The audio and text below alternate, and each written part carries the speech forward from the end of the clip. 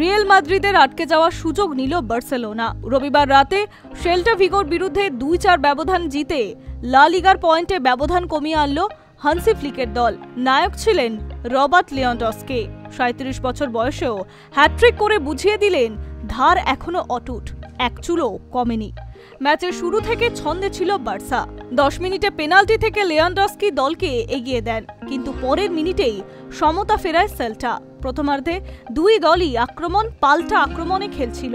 Marcus রাশফোর্ডের গোলের সুযোগ নষ্ট হতেই দ্রুত কাউন্টার অ্যাটাক যায় সেল্টা, আর সার্জিও ক্যারেইরার লড়াইয়ে সমতা ফেরান। ফ্লিকের দল এদিন নেমেছিল বেশ কয়েকজন গুরুত্বপূর্ণ খেলোয়াড় ছাড়া, যদিও মাঠে তার কোনো ছাপ দেখা যায়নি।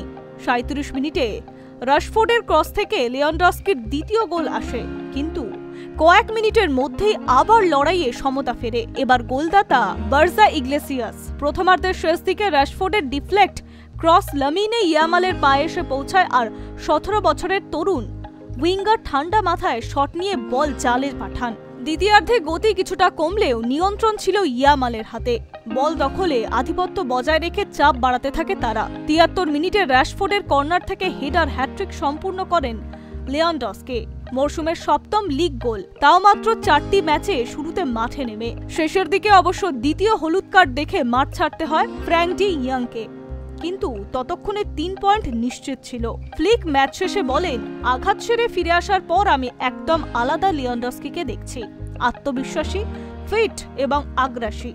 আর পলি স্ট্রাইকারের কথায় এটা এই মৌসুমের সবচেয়ে অদ্ভুত ম্যাচগুলোর মধ্যে একটি। তবে জেতাটা গুরুত্বপূর্ণ ছিল, এখন রিয়ালের সঙ্গে ব্যবধান কমে এসেছে।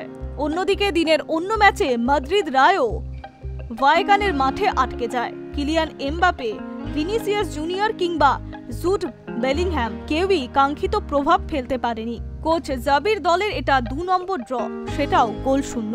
রিয়ালের পয়েন্ট খেলানোর ফলে লা লিগার খেতাবি লড়াই আবার জমে উঠল।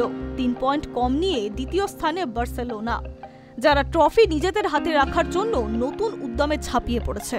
High news network.